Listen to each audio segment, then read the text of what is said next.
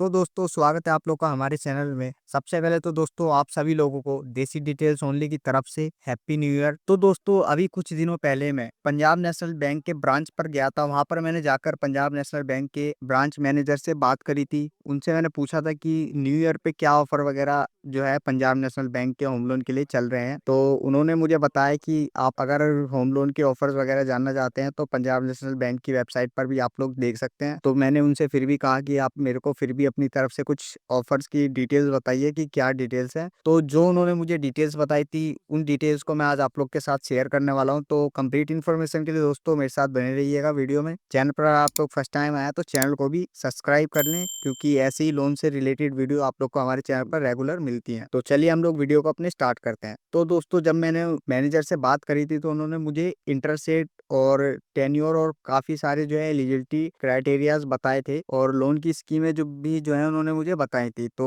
Interest rate उन्होंने मुझे बताया था कि 7.90% से जो है इंटरेस्ट रेट की स्टार्टिंग हो जाती है, और जो है लोन टेन्योर 30 ईयर्स तक आप लोग को मैक्सिमम देखने के लिए मिल जाता है। तो इन्होंने मुझे वो डिटेल बताया था कि जो है प्रोसेसिंग फी में आप लोग को छूट देखने के लिए मिल जाएगी न्यू ईयर के ऑफर में।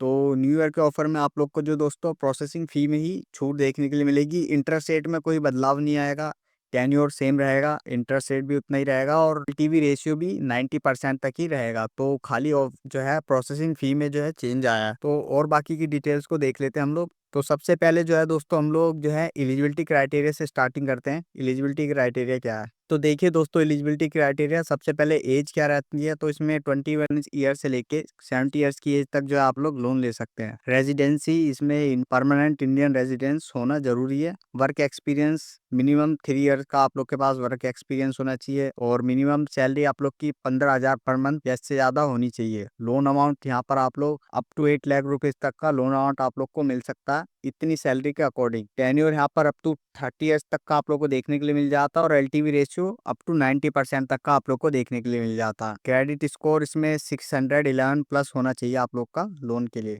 डॉक्यूमेंट्स क्या क्या रिक्वायर्ड होते हैं उसको भी देख लेते हैं। तो डॉक्यूमेंट्स में सबसे पहले एप्लीकेशन फॉर्म की रिक्वायरमेंट होती है, तो उसको आप लोग डाउनलोड करने के लिए इस लिंक पर क्लिक कर सकते हैं। इसकी लिंक आप लोग को डिस्क्रिप्शन बॉक्स में मिल जाएगी।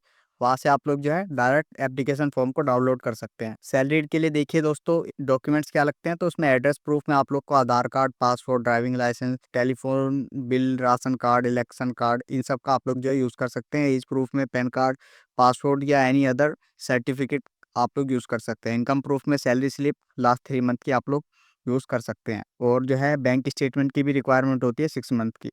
सेल्फ एम्प्लॉयड हैं तो एड्रेस प्रूफ में सेम डॉक्यूमेंट्स रहते हैं, और एज प्रूफ के लिए भी सेम डॉक्यूमेंट्स रहते हैं। इनकम प्रूफ में बिजनेस का आईटीआर की रिक्वायरमेंट होती है, लास्ट 2 ईयर्स की इनकी रिक्वायरमेंट होती है। और जो है प्रॉपर्टी के डॉक्यूमेंट्स क्या क्या लगते हैं, तो इसमें देखिए अलॉटमेंट लेटर की रिक्वायरमेंट होती है for property for developer properties, यानी डेवलपर प्रॉपर्टीज फ्लैट वगैरह परचेज करते हैं तो उसमें allotment letter, builder buyer agreement, payment receive, permission of mortgage for from the prospective authority, regulatory guidelines, इन सबकी जो है रिक्वायरमेंट होती है।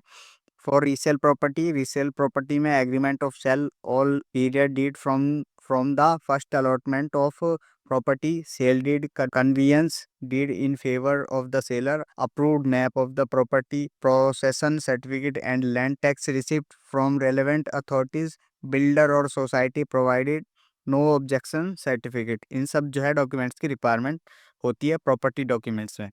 लोन डिसबर्समेंट कैसे होता है दोस्तों, तो उसको भी देख लेते हैं। तो लोन डिसबर्समेंट कब होता है, जब आप लोग की प्रॉपर्टी का टेक्निकली इंस्पेक्शन हो जाता है, सभी डॉक्यूमेंट्स आप लोग के वेरीफाई हो जाते हैं, उसके बाद जो है लोन का डिसबर्समेंट होता है। अगर आप लोग होम लोन लेते हैं तो अगर आप लोग परचेज करने के लिए होम लोन लेते हैं तो उसमें अगर जब तक कस्टमर अपना कंट्रीब्यूशन पे नहीं करता तब तक बैंक पैसे नहीं देती।